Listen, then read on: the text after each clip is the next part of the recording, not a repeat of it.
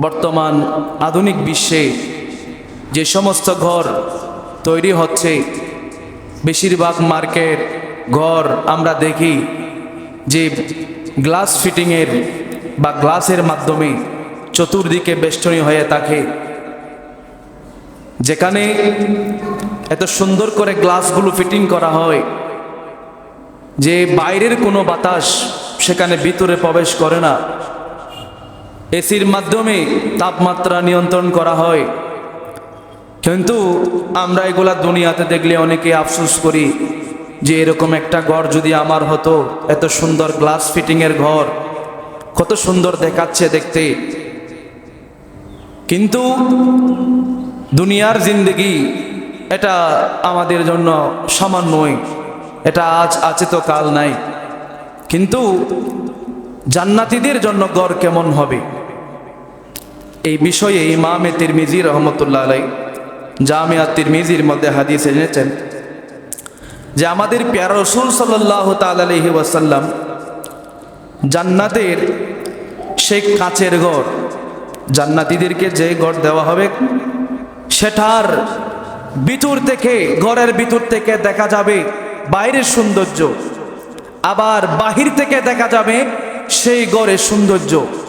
অর্থাৎ সে ঘরটা হবে কাচের ঘর, গ্লাস ফিটিংয়ের সে ঘর কাচের ঘর না হচ্ছে এই সুন্দর প্রাসাদ, এই সুন্দর ঘর জান্নাতীদের জন্য আল্লাহ তৈরি করেছেন, সেটা দেখা যাবে।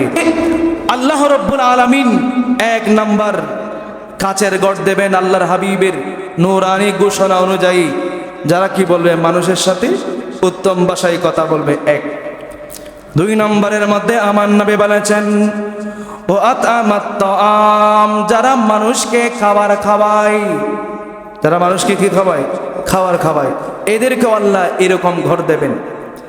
তিন নম্বরের মধ্যে বলেছেন ও আদামাস সিয়ামা, আমার নবী বলেন যারা সর্বদা সিয়াম পালন করে, রোজা রাখে, শুধু ফরজ নয়, ফরজের পাশাপাশি যারা নফল রোজা রাখতে অভ্যস্ত।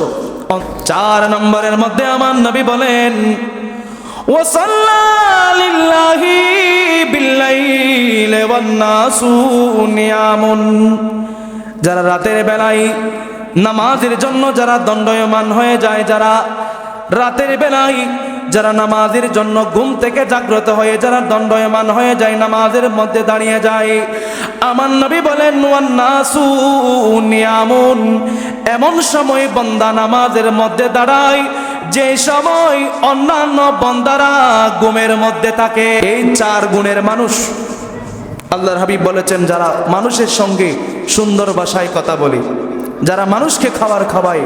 তিন নম্বরে বলেছেন যারা নফল রোজা রাখতে অভ্যস্ত। চার নম্বরে বলেছেন যারা রাতে সালাতুত তাহাজ্জুদের জন্য জাগ্রত হয়। এই চার ধরনের উম্মতের জন্য আমার নবী বলেছেন আল্লাহ জান্নাতের মধ্যে কাচের ঘর তৈরি করবেন। সুবহানাল্লাহ। বা তাদেরকে যে ঘরের মধ্যে রাখা হবে সেই ঘরটা হবে কাচের ঘর, গ্লাস ফিটিং, চতুর্দিক থেকে দেখা যাবে ভিতর থেকে বাইরে কি, আবার বাইরে থেকে ভিতর।